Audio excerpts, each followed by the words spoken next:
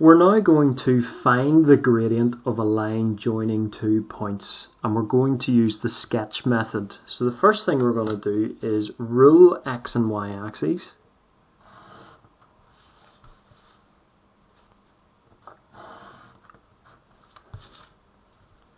Label your axes. Put the origin on. Now, I'm emphasizing the word sketch here because we're not going to plot these points exactly. We're going to roughly sketch their positions. So if we start with -3, 5, you're going to move along the x-axis to -3, and then you're going to move up 5. So you're going to be somewhere there. So just roughly sketch the position of the point and then write the coordinates beside it. The next point we're going to plot is 6, 14. So again, sketching it, you move along the x-axis 6 and then we move up 14. So it's going to be somewhere there. A rough sketch of its position. And then write the coordinates beside it. 6, 14. What we're then going to do is join the 2 points together with a straight line.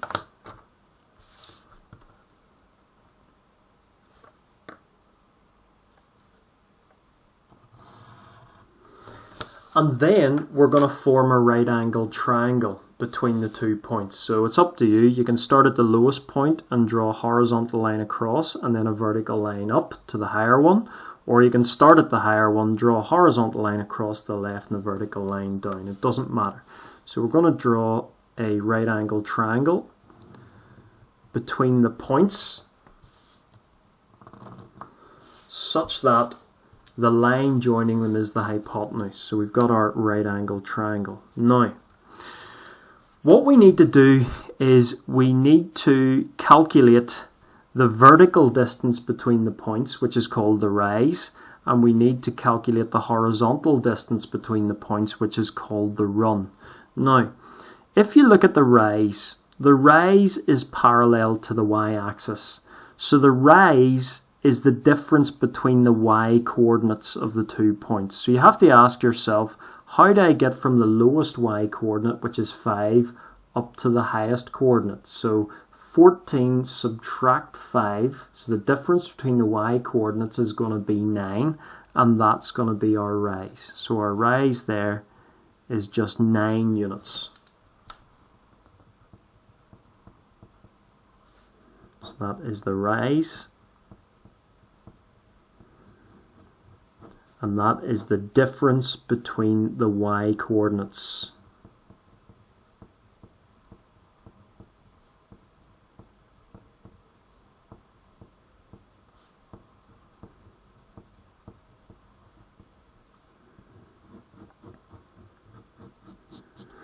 Okay, we also need to calculate the horizontal distance between the points, which is called the run. Now you'll notice that the run is parallel to the x-axis. So the run is the difference between the x coordinates of the 2 points. So we've got -3 and we've got 6.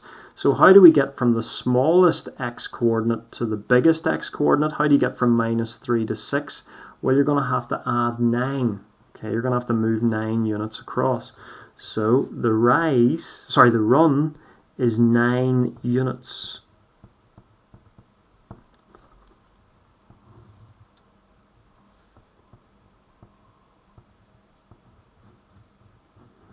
And again, the run is the difference between the x coordinates.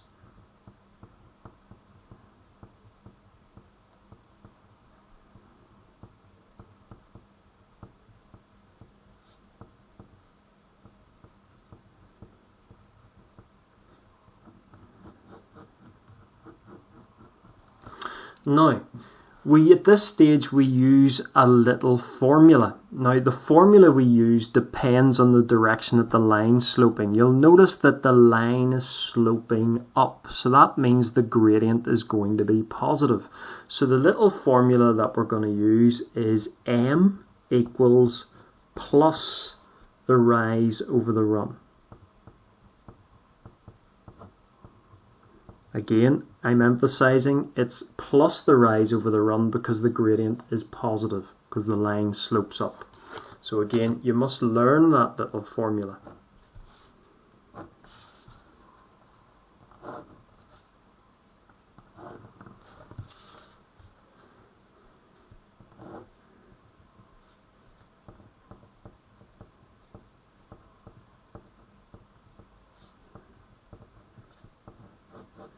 So all we do now is we sub the values for the rise and the run in our diagram into the formula to get the gradient.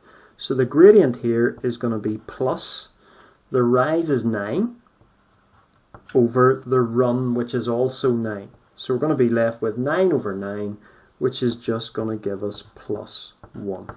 And that's our final answer. So the gradient of the line joining these 2 points is just plus 1 or 1. So that's part A. Okay, let's look at part B. So part B, we want to find the gradient of the line that joins the points minus 28 and 2 minus 2.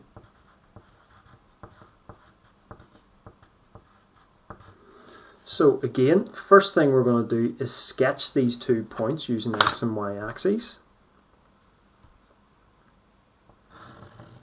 So again, ruler x and y axes and label them. And put the position of the origin in. Okay, the first point, minus 28. So we're going to move along the x-axis to minus 20, and then we're going to move up 8.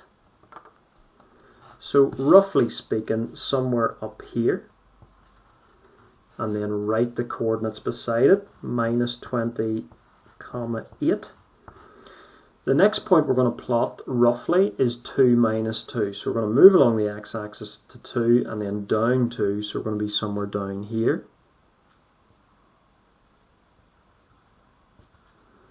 And again, write the coordinates beside it. And then the final thing we're going to do then is we're going to join the 2 points together.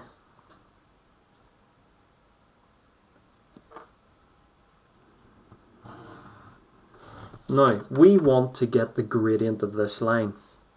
In order to do that, we're going to form a right angle triangle between the points such that this diagonal line is the hypotenuse. So again, it's up to you which way you draw the right angle triangle. I'm going to start here from the higher point and rule a line vertically downwards. And then I'm going to rule a horizontal line across to the bottom point.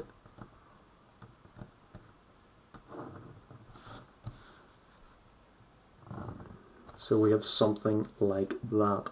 Now, we want to calculate the rise and we want to calculate the run between the 2 points because we need those to get the gradient. So first of all, the rise is parallel to the y-axis and it's the difference between the y coordinates of the 2 points. So I always start at the smaller y coordinate, which is minus 2, and I ask myself, what do I need to do to minus 2 to get the 8? Well, you're going to have to add 10. So that means the rise has to be 10. So it's 10 units.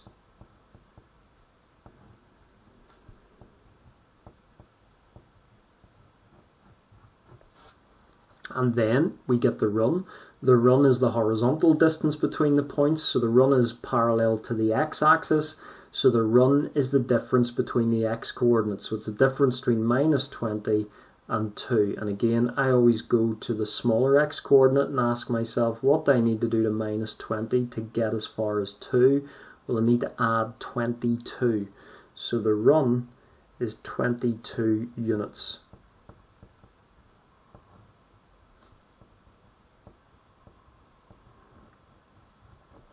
Now, the next thing we need to do is look at the direction that the line slopes. This line is sloping down, so that means the gradient is going to be negative.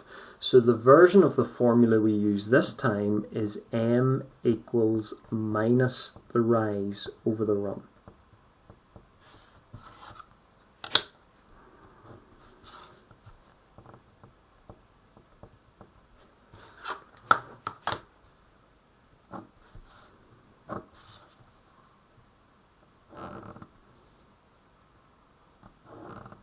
And again, just to re-emphasize, it's negative rise over run because the line slopes down.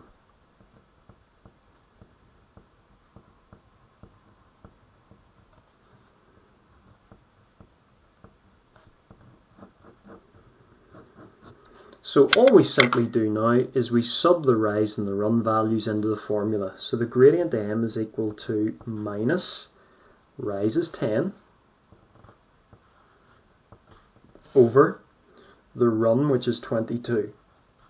Now, you can clearly see our fraction here can be cancelled. Largest number that goes into both is 2, so divide by 2 we get 5, and divide by 2 we get 11.